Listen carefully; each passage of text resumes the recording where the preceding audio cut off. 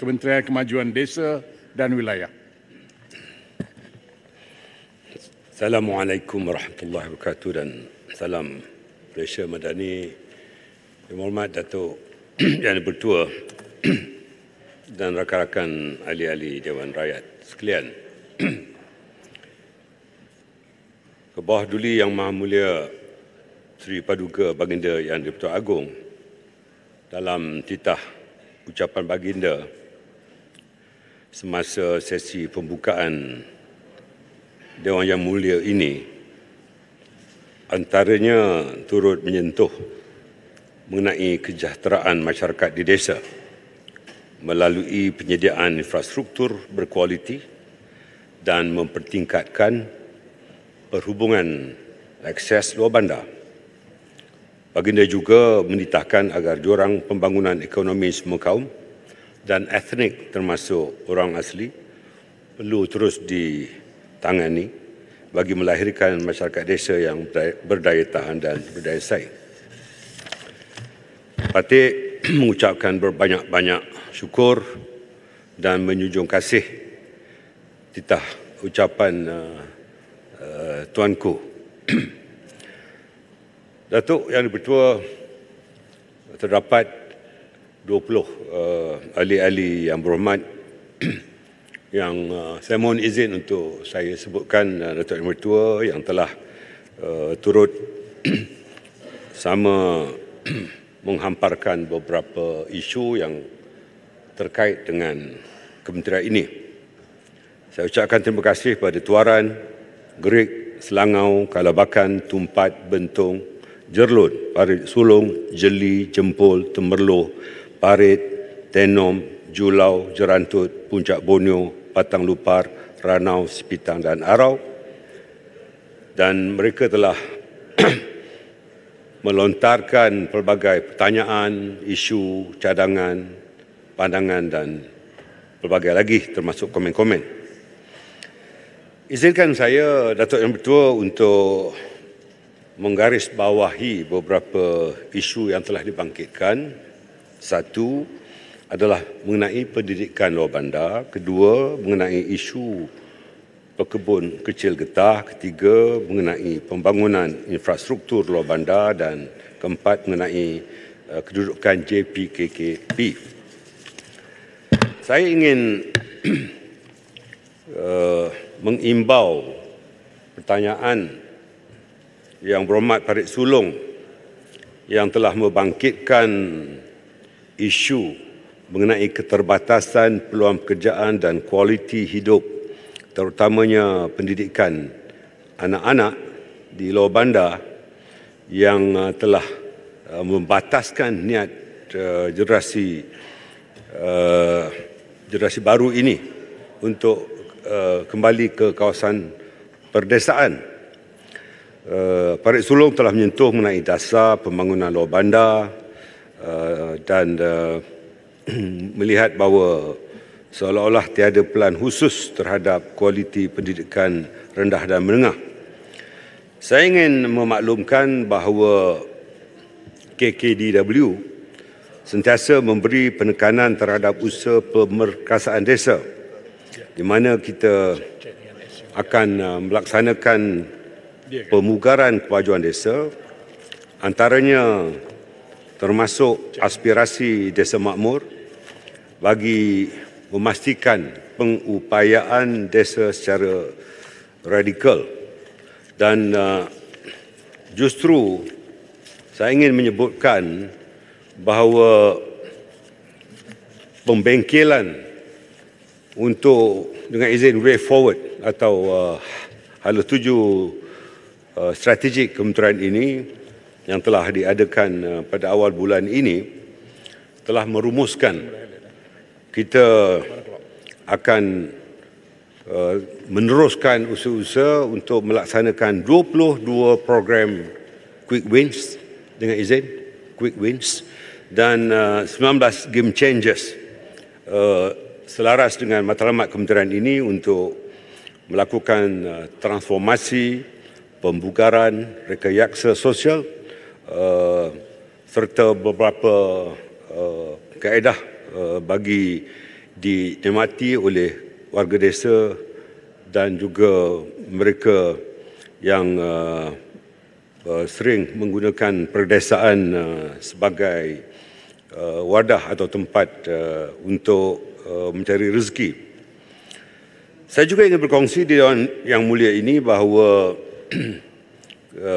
terdapat 13 strategi utama yang melibatkan 34 program dengan memberikan penekanan terhadap pemerkasaan modal insan di desa secara berkualiti, dan insya-Allah program-program yang berstrategi itu akan merangkumi elemen berdaya maju, mampan dan memenuhi keperluan futuristik oleh masyarakat desa melalui sistem pendidikan, ekosistem pendidikan, dan merangkumi antaranya ialah pendidikan awal kanak-kanak melalui kemas, pendidikan menengah yang dilaksanakan oleh MARA melalui MRSM atau Maktab Rendah Sains MARA, dan juga ketiganya melalui pendidikan tertiary yang berfokus kepada program pendidikan teknikal dan latihan vocational atau TVET di bawah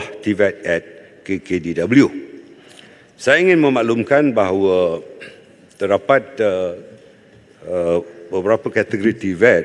Saya ingin memaklumkan di Dewan Yang Mulia ini bahawa kita akan memperkenalkan dan menambah luaskan TVET tahfiz, kerana terdapat kira-kira 250,000 anak-anak di mat tahfiz yang perlu dirungkaikan permasalahan masa hadapan mereka, terutamanya dari segi peluang kerjaya, ya, walaupun mereka hafal 30 juzuk. Yang kedua ialah TVET Junior, di mana ia merupakan sebentar lagi habiskan, saya akan habiskan ayat ini. TVET Junior yang merupakan pendedahan kepada pendidikan awalan untuk murid-murid atau pelajar sekolah di peringkat menengah rendah ketika cuti sekolah. Begitu juga kita lakukan juga TVET Tekno Usahawan, selain daripada beberapa TVET yang khususnya ditawarkan mengikut kebolehpasaran dan permintaan guna tenaga. Sila. Ya, Yang Berhormat, saya terpanggil berkaitan dengan pendidikan kanak-kanak luar bandar, khususnya di luar bandar di kawasan saya.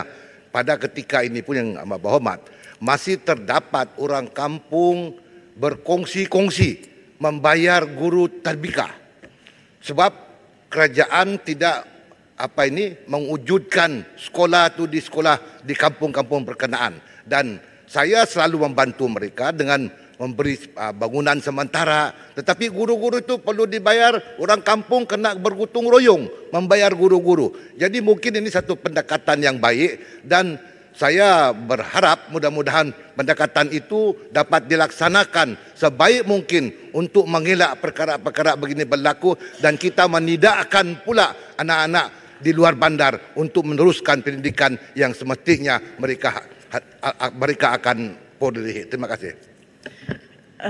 Okey, terima kasih Tuan Speaker, terima kasih Yang Amat Berhormat. Cabaran saya tertarik dengan jawapan Yang Amat Berhormat mengenai, terutamanya mengenai TVET, dan saya maklum cabaran pelajar lepasan TVET ini adalah ingin mendapatkan pekerjaan, walaupun peratusan, kalau kita tengok peratusan mereka yang mendapat pendidikan TVET ni lebih tinggi dari segi employability dia. Tapi untuk mendapatkan pekerjaan yang sesuai dengan bayaran dan sebagainya yang sesuai, soalan saya kepada kementerian adalah, adakah kementerian ada melaksanakan engagement bersama dengan industri-industri untuk memastikan kejayaan program TVET yang sedang dan telah dirancang oleh kementerian, dan saya juga maklum sebelum ini telah ditubuhkan Majlis TVET Negara, dan di bawah Majlis TVET Negara ada satu yang dipanggil GITC ataupun Government Industry Technical Coordinating Body yang berperanan untuk menjadi matchmaker antara mereka lepasan pelajar dan juga pekerjaan yang akan ditentukan. Minta komen Yang Amat Berhormat mengenai perkara ini. Terima kasih. Datuk Yang Bertua, jarang sekali ahli parlimen yang sangat bersifat ihsan dan positif seperti Kinabatangan. Itu sebabnya beliau terus menang sebagai ahli parlimen di Kinabatangan. Kerana memberikan bukan saja bantuan premis tetapi juga menambahkan allowance kepada pemaju-pemaju masyarakat ataupun guru-guru tabika dan tadika kemas. Datuk Yang Bertua, saya ingin memaklumkan bahawa tabika kemas terdapat 208,000 murid-murid dan untuk tadika terdapat kira-kira 18,000. Ya. Ini merupakan satu kohort yang cukup baik untuk pendidikan awal ini diberikan keutamaan. Dan tentunya terdapat beberapa tadika yang terpaksa berkongsi di bawah surau ataupun terpaksa melakukan ubah suai bangunan-bangunan yang lama. Namun pada hakikatnya kekangan kewangan itu adalah faktor utama. Yang penting ialah suasana kondusif pendidikan mesti dibuat. Namun yang lebih penting ialah bagaimana pendidikan awal persekolahan atau pendidikan pra persekolahan ini dapat terus kita berikan. Dan insya-Allah Kementerian amat komited untuk merubah kurikulum di dalam tabika dan tadika ini dengan beberapa pendekatan baharu yang mempunyai nilai-nilai kerohanian, terutamanya dari segi pembentukan sahsiyah yang baru, di samping mengekalkan aspek-aspek ketatanegaraan dan juga peringkat awal pengenalan huruf dan perkiraan dalam sistem 3M. Namun dalam hal ini insya-Allah pihak kementerian melalui Kemas, ibu pejabatnya akan terus melakukan penambahbaikan terhadap program-program berkenaan. Namun saya meminta jika ahli-ahli parlimen mengambil langkah yang sama seperti yang dilakukan oleh Kinabatangan, saya sangat mengalu-alukan tindakan-tindakan itu, dan insya-Allah Kinabatangan boleh menulis surat dengan saya secara resmi sebagai ahli parlimen untuk mungkin saya boleh mencari peruntukan tambahan untuk tabika-tabika dan tadika ini di kawasan Yang Berhormat. Terima kasih. Puan Speaker. Bagi saya akan beri peluang. Bagi Parit Sulong, Yang Hormat Datuk Speaker, kita lihat ya, daripada outcome ya, TVET memperlihatkan suatu kemajuan yang amat luar biasa dari segi kebolehpasarannya atau employability-nya. Ya. Uni KL umpamanya ya, mempunyai graduan TVET yang telah mendapat pekerjaan di tahap 98.4%. Manakala secara purata TVET yang lain ianya berada di peringkat melebihi 97.5%. Artinya kursus-kursus yang disediakan itu adalah bersesuaian dengan permintaan pasaran guna tenaga. Dan tentunya GITC sebagai badan yang menjadi matchmaker dengan izin kepada kursus yang ditawarkan dan peluang pekerjaan yang ada di pasaran itu diintegrasikan bersama. Dan tentunya cadangan yang berhormat Parit Sulong supaya engagement dengan izin dengan industri players ini adalah satu pendekatan yang baik. Ini telah kita lakukan, sedang dilakukan dan akan ditambahkan. Ya. Besok umpamanya akan ada lebih daripada 10 memorandum of agreement yang akan ditandatangani dengan pihak industri players dengan izin. Ya. Ini adalah satu langkah proaktif yang dibuat oleh kementerian ini melalui TVET yang sedia ada, dan insya-Allah apa yang dicadangkan oleh Parit Sulong itu adalah merupakan satu pandangan futuristik oleh beliau dan amat layak untuk terus menawarkan diri untuk jawatan politik beliau. Mudah-mudahan beliau menang. Datuk, silakan. Terima kasih kepada Datuk Speaker. Saya tertarik dengan kenaan dengan tahfiz TVET. Ini salah satu daripada untuk kita nak menjadikan satu nilai tambah pelajar-pelajar daripada tahfiz. Mereka bukan saja kita untuk dialirkan untuk menjadi imam ataupun ustaz biasa, dan kita mesti ke arah untuk nak menjadikan mereka ini hidup secara berdikari.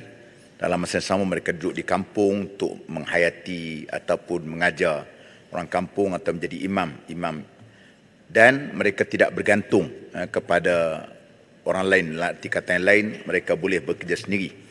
Persoalannya ialah berkenaan dengan untuk mewujudkan tahfiz TVET, terutamanya di pihak bukan daripada pihak kerajaan ni, dia memerlukan kepada peralatan yang agak mahal.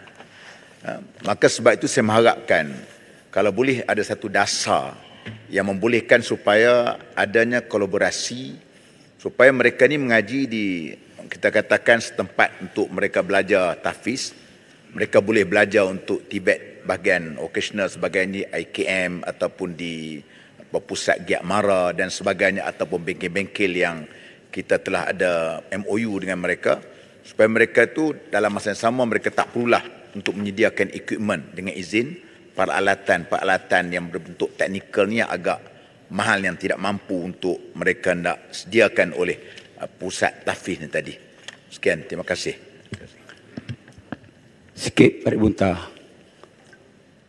Masih salah. Lepas ni saya, kita tulur. Terima kasih Tuan Yang Bertua. Tahukah Menteri bahawa di Pasir Salak yang sebesar negeri Perlis tidak ada satu pun stesen bas. Jadi kita mohon untuk stesen bas diadakan untuk para tahfiz ini pergi ke pusat tahfiz mereka untuk belajar TVET dan sebagainya. Terima kasih. Terima kasih Baginda Datuk. Berkaitan dengan TVET juga, saya pernah menjadi pengarah pada satu agensi kerajaan di Perak untuk menguruskan program TVET jangka pendek kepada anak-anak muda. Dan saya juga telah menjadikan suatu paper, satu kertas kerja, tapi tak sempat dilaksanakan kerana masalah bajet, berkaitan dengan TVET masjid, supaya kerajaan memberi peluang kepada pegawai-pegawai masjid, sama ada imam, bilal, siak dan sebagainya, juga mengikuti kursus TVET jangka pendek untuk sekurang-kurangnya mereka ada kemahiran asas berkaitan dengan pendawaian, wiring ataupun piping dan sebagainya. Supaya dengan ada kemahiran tersebut tak perlulah kita panggil orang luar masuk masjid untuk membaiki kerosakan-kerosakan elektrikal dan sebagainya. Jadi sekurang-kurangnya imam-imam dan juga bilal dan siak serta pegawai masjid yang lain ada kemahiran untuk menambah pendapatan. Sebab allow mereka sikit bekerja tiap waktu. Jadi dengan adanya kemahiran mereka boleh menjana pendapatan. Terima kasih. Okey, terima kasih yang amat berhormat Menteri. Saya nak merujuk kepada pendidikan awal kanak-kanak. Saya ingin mendapat pandangan bahawa pendidikan awal kanak-kanak banyak diusahakan oleh PASTI itu sendiri, Pusat Asuhan Islam. Jadi kalau kita melihat sumbangannya untuk pembangunan kepada kanak-kanak lagi, iaitu sebanyak 2,497 buah PASTI beroperasi di seluruh negara.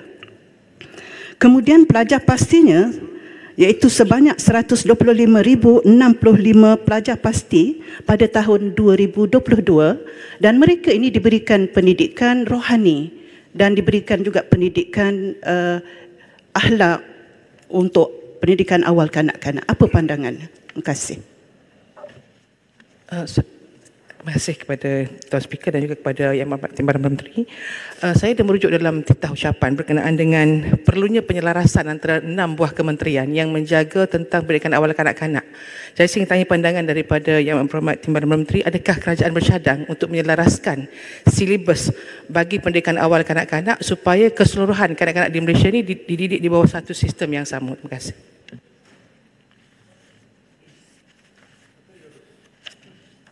Betul, saya kagum dengan ke-6 pencelahan yang telah menghamparkan beberapa cadangan yang sangat menarik. Bagan Serai, umpamanya menyarankan agar Tibet Tahfiz ini ditambah luaskan dengan beberapa kolaborasi diadakan. Perkara ini sedang dilakukan. Setakat ini terdapat 3 Tibet Tahfiz, dan pada tahun ini saya berhasrat untuk mewujudkan sekurang-kurangnya 10. Kalau Yang Berhormat berhajat di kawasan Yang Berhormat untuk kolaborasi ini terjalin, sila bertemu untuk saya realisasikan, dan saya akan laksanakan. Ya. Dan tentunya pendekatan yang saya lakukan, Yang Berhormat sendiri memahami apa yang ada pada fikrah saya, ya, tanpa saya berkongsi di Dewan Yang Mulia ini untuk dilaksanakan. Pasti salah, sistem BAS ni walaupun tidak relevan dengan apa yang saya nyatakan, tetapi insya-Allah, ya, sistem BAS itu saya akan bincang dengan lain-lain menteri yang ada kaitan, ya. Tetapi kalau untuk mara linear atau bas mara, saya fikir kita boleh berbincang mengenai perkara ini, walaupun orang Pasir Salak sebenarnya lebih mengutamakan penggunaan motosikal daripada naik ke bas. Dan apabila kita di jiran, kita boleh lakukan kolaborasi. Terima kasih. Untuk Parit Bunta sendiri, Yang Berhormat Datuk Speaker, kita ekspor Yang Berhormat Parit Bunta ni daripada Bangka Datuk. Kerana di sana tidak ada tempat yang mengizinkan beliau untuk bertanding, maka yang sesuai ialah di Parit Bunta. Secara peribadi saya ingin ucapkan tahniah, ya, dan saya difahamkan beliau adalah seorang ahli parlimen yang sangat proaktif untuk membantu rakyat di sana. Tapi cadangan untuk Tibet masjid ini satu cadangan yang baik, ya. Saya akan mengadakan perbincangan dengan pihak Giat Mara sendiri, ya, untuk mengadakan kursus-kursus jangka pendek, dan ini satu cadangan dan kolaborasi yang pada khidmat saya harus diterjemahkan dengan segera. Dan ini adalah merupakan rancangan proaktif, asalkan Yang Berhormat tidak berhasrat untuk balik ke Bangka Datuk bertanding di sana. Belum apa-apa dah takut ke? Untuk Termeloh, ya, saya maklum bahawa terdapat 125,000 pelajar pasti di seluruh negara yang berada di lebih 2,400 pasti ini, yang tentunya suntikan untuk subjek kerohanian dan akhlak ataupun sahsiah ini diberikan tumpuan, dan insya-Allah dengan tidak berhasrat untuk bersaing dengan pasti, tadika dan tabika kemas, ya, akan mengadakan silibus yang kalaupun tidak lebih baik, tapi insya-Allah mempunyai nilai-nilai kerohanian dan shakhsiyah, termasuk penghafazan surah-surah lazim dan beberapa surah yang tertentu, Al-Mulk, Ar-Rahman, Al-Waqi'ah dan lain-lain yang boleh diberikan penghafazan dan tasmik di peringkat awal ini. Dan untuk tumpat, saya fikir bagi penyelarasan silibus ini adalah perlu, tetapi kita perlu koordinasikan, ya, bukan saja di peringkat Kementerian Pendidikan, tetapi kita perlu menyantuni tadika-tadika yang mempunyai pendidikan Islam umpamanya dengan pihak kerajaan negeri, dan ini kita boleh lakukan. Kita mulakan di Negeri Kelantan dulu, dan insya-Allah secara peribadi saya kenal Wabi Tumpat dan kita boleh lakukan dengan segera. Sila. Assalamualaikum warahmatullahi wabarakatuh. Terima kasih Yang di-Pertua dan juga Yang Berhormat Timbalan Perdana Menteri. Soalan saya, adakah ada perancangan daripada kementerian untuk mewujudkan pusat dataran usahawan ataupun pusat sehenti untuk produk hiliran? Contohnya macam kawasan saya berucapkan tahniahlah pada macam Peneroka Felda Choping bila pada berkadaan dengan isu getah, apabila getah harga naik, kemudian musim hujan dan mereka tak dapat turun untuk menoreh. Jadi mereka mengambil inisiatif untuk jadi usahawan. Mereka ingin berniaga dan juga mereka juga ingin mewujudkan produk-produk hiliran. Cuma masalahnya adalah tempat untuk memasarkan produk-produk tersebut. Itu saja. Assalamualaikum warahmatullahi wabarakatuh. Datuk Yang Betul, soalan itu akan saya santuni apabila sampai ke topik yang berkenaan, iaitu RISDA. Ya. Saya ingin menyambung Yang Berhormat Datuk Yang Betul mengenai MRSM, terutamanya apabila Yang Berhormat Parit bertanya mengenai perkara ini. Saya ingin maklumkan pada Dewan Yang Mulia ini, setakat ini kita ada 55 buah MRSM di seluruh negara, dan kita kategorikan kepada 6 bentuk MRSM, iaitu satu, MRSM Ulul Albab, kedua, MRSM International General Certificate of Secondary Education atau IGCSE, MRSM IBMYP International Baccalaureate Middle Year Program, MRSM Bitara dan MRSM Technical.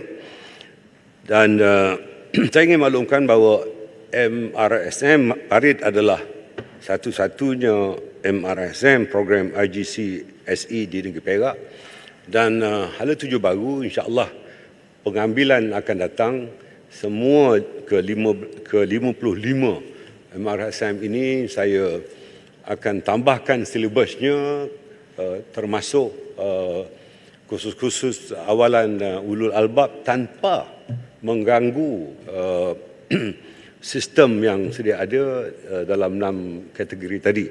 Dan insya-Allah ini kita lakukan di seluruh negara, dan dengan kerjasama UPSI, Universiti Pendidikan Sultan Idris, di mana saya sendiri telah mengadakan perbincangan dengan pengurusi lembaga pengarah UPSI dan juga Vice Chancellor UPSI bagi TOT,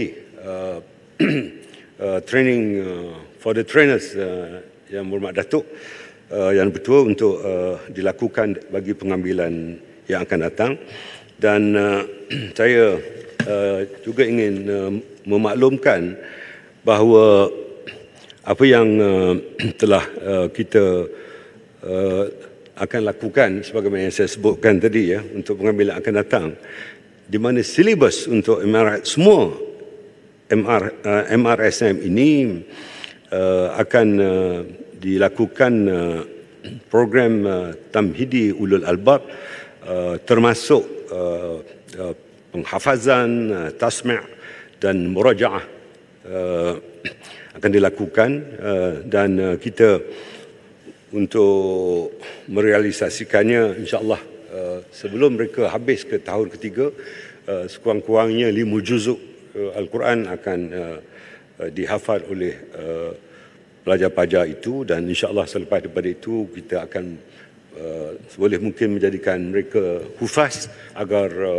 menghafal 30 juzuk di samping terus mengekalkan prestasi mereka dalam bidang-bidang 6 bidang pelayanan yang telah saya sebutkan tadi. Isu yang kedua, Datuk Yang Pertua, ialah mengenai isu pekebun kecil getah. Dan ini terkait dengan peranan RISDA dan pendekatan kami di KKDW, kita tidak akan bertindak secara silo. Kita akan bekerjasama dengan Kementerian Perdagangan dan Komoditi, kita akan bekerjasama dengan Kementerian Pertanian dan Keterjaminan Makanan dan lain kementerian supaya terdapat sinergi yang dilakukan antara kementerian ini demi kepentingan rakyat, khususnya kumpulan sasaran, iaitu pekebun kecil getah dan dalam bidang-bidang lain. Dalam hal ini saya ingin merujuk kepada apa yang dibangkitkan oleh YB Jempol, Temerloh dan Jerantut yang menyentuh soal peranan baru RISDA, di mana kita telah melakukan penambahbaikan terhadap 3 aspek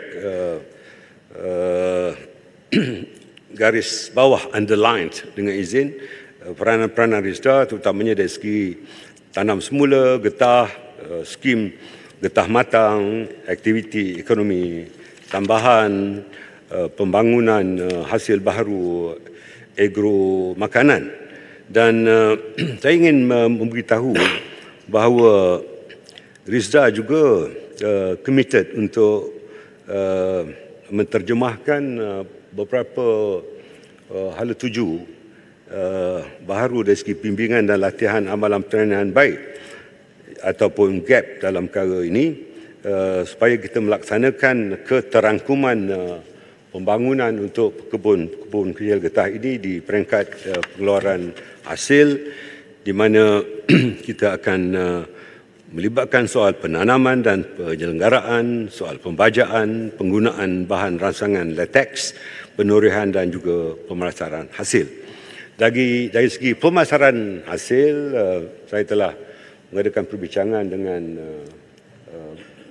kawan rapat saya ini yang menjaga perladangan dan komoditi, ya, kerana kita lihat bahawa apa yang kita lakukan ini bukan hanya melibatkan seramai 146,354 pekebun kecil yang menerima manfaat yang saya nyatakan, malah kita akan mensasarkan satu jumlah yang baru agar aktiviti yang dilakukan bukan hanya sekadar penurihan tetapi pengeluaran latex, ya, kerana harga latex itu lebih mahal daripada getah beku. Maka kita dapati sebagaimana yang amat berhormat rakan saya menyebutkan bahawa pengeluaran latex di negara kita ini hanya kira-kira 20%. Oleh yang demikian, kita di RISDA mewujudkan depo-depo untuk pengeluaran latex, ya, dan kita berusaha untuk menambahkan depo-depo latex ini bagi memenuhi permintaan domestik, ya, kerana terdapat pengimportan bahan latex ini bernilai 3 bilion ringgit yang pada hemat saya kita boleh menghasilkan latex ini daripada pekebun kecil, dan kolaborasi antara KKDW dan Kementerian Yang Amat Berhormat rakan saya akan kita lakukan supaya depo-depo ini boleh diwujudkan untuk kita memberikan pengeluaran latex berdasarkan pada permintaan domestik di negara kita. Di samping itu, bantuan musim terpujuh, saya faham bahawa sahabat saya jeli membangkitkan tentang cadangan supaya senarai penerima bantuan musim terpujuh ini diputihkan. Usaha-usaha ini sedang dilakukan, di mana RISDA sedang melaksanakan pemutihan data pekebun kecil pada tahun ini bagi menentukan agar hanya mereka yang layak saja akan diberikan BMT atau bantuan musim terkujuh, dan kita tidak mahu bahawa mereka yang tidak layak mengikut kategori yang telah ditentukan oleh pihak kementerian atau RISDA akan menerima, dan mereka ini tidak sepatutnya masuk dalam senarai.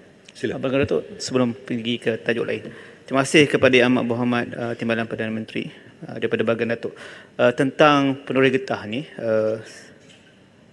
Kita ingin tanya pada pihak kementerian, apakah ada barangkali berita baik kepada rakan-rakan penoreh getah kita ni dalam pembentangan bajet pada hari Jumaat nanti tentang kadar harga lantai kepada getah. Kita mencadangkan seperti yang dinyatakan oleh BERA kemarin dulu, dicadangkan RM3.50 kalau boleh kerajaan consider harga lantai getah. Terima kasih. Terima kasih Ahmad Jerantut. Saya tidak mahu mendahului rakan sebelah saya ini untuk menjawab selepas ini. Ya. Boleh tanya detail dengan beliau. Ya, walaupun saya tahu, tetapi saya tidak pernah masuk mangkuk atau pinggan orang lain ya, untuk memberikan jawapan ini. Ya. So, saya berikan peluang Yang Berhormat tanya nanti. Sila. Jeli ingin bertanya kepada Yang Berhormat. Saya dinyatakan dalam perbahasan pada hari itu iaitu kadar torehan pekubun kecil atau penoreh getah pada setiap tahun lepas hanyalah pada kadar 14 hari ataupun 16 hari dalam setahun lepas kerana masalah cuaca. Ini bermakna dalam tahun tersebut penoreh getah hanya boleh menoreh selama 6 bulan saja dalam tahun berkenaan. Jadi soalannya, apakah dalam tempoh 6 bulan yang tidak bekerja itu pihak kerajaan ada mempunyai satu perancangan untuk membantu mereka dalam soal pendapatan yang 6 bulannya tidak menoreh itu? Saya harap pihak kerajaan dapat melihat perkara ini secara serius untuk membantu mereka yang tidak dapat menoreh pada tempoh yang tersebut itu. Sekian. Betul, terutama yang saya ingin mengucapkan tinggi-tinggi tahniah kepada sahabat saya Jeli yang DNA-nya sama dengan saya dahulu. Ya, berhijrahlah dengan cara yang baik dan insya-Allah berikan perkhidmatan yang terbaik. Insya-Allah Datuk. Saya mengenali beliau secara peribadi. Ya.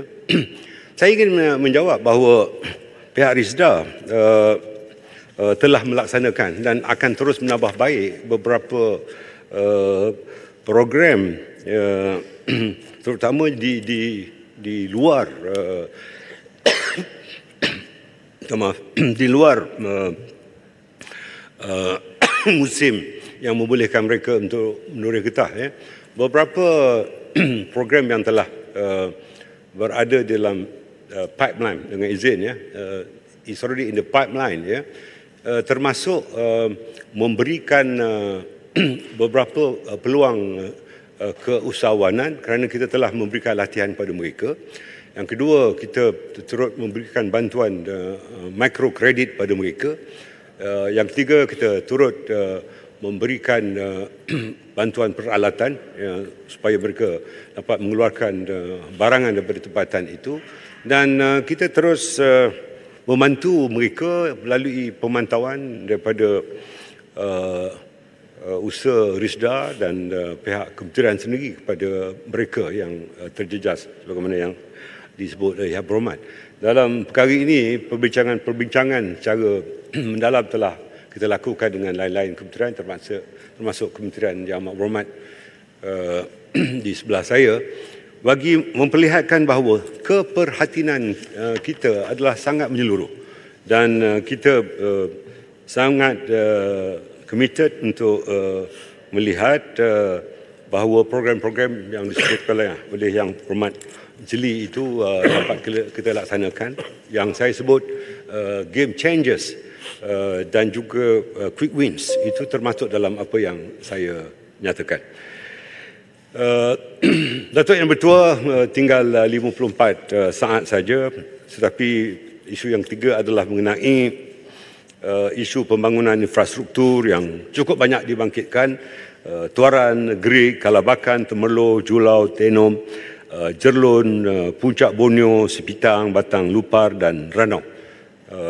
Jawapan-jawapan ini saya akan berikan sangat detail kepada tiap-tiap ahli Yang Berhormat yang saya sebutkan tadi, tetapi dalam sesi ini saya ingin menyebutkan bahawa dari segi asasnya bahawa semua program-program infrastruktur luar bandar ini kita telah masukkan dan akan terus masukkan dalam setiap rolling plans kita, dan kita telah berkolaborasi dengan pihak JKR negeri dan agensi-agensi pelaksanaan negeri, terutamanya untuk Sabah dan Sarawak, di mana empowerment telah diberikan bagi projek-projek yang bernilai 50 juta ke bawah.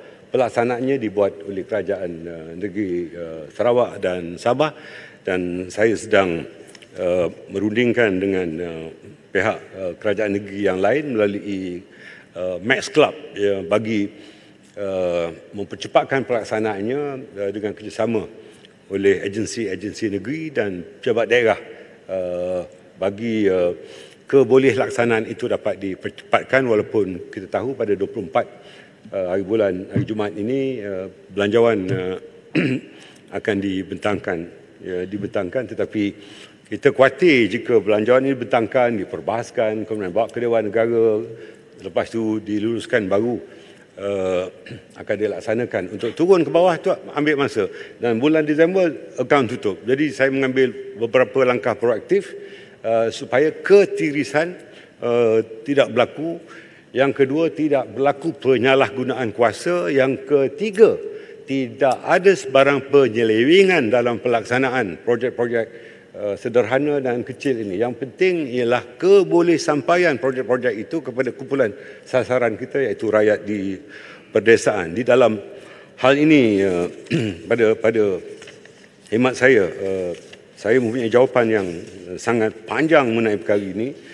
Jadi untuk menghormati sahabat saya di sebelah ini yang akan mengambil alih sesi jawapannya, ya, saya mohon Datuk Yang Bertua untuk memberikan keizinan kepada saya untuk saya menyampaikan jawapan-jawapan terperinci ini kepada tiap-tiap ahli yang berhormat yang telah sampaikan. Dan mengenai soalan arau dari Jawatankuasa Pembangunan dan Keselamatan Kampung Persekutuan JPKKP, satu garis panduan baru telah tersedia dan saya perlu membawa ke Jemaah Menteri untuk kelulusan, dan insya-Allah pengumuman akan dibuat dalam waktu terdekat selepas pengumuman bajet nanti. Datuk Yang Bertua, saya ucapkan terima kasih dan terima kasih kepada ahli-ahli berhormat Dewan Yang Mulia ini, terutama ahli-ahli 20 ahli-ahli yang berhormat yang telah membangkitkan perkara-perkara yang terkait dengan KKDW. Terima kasih.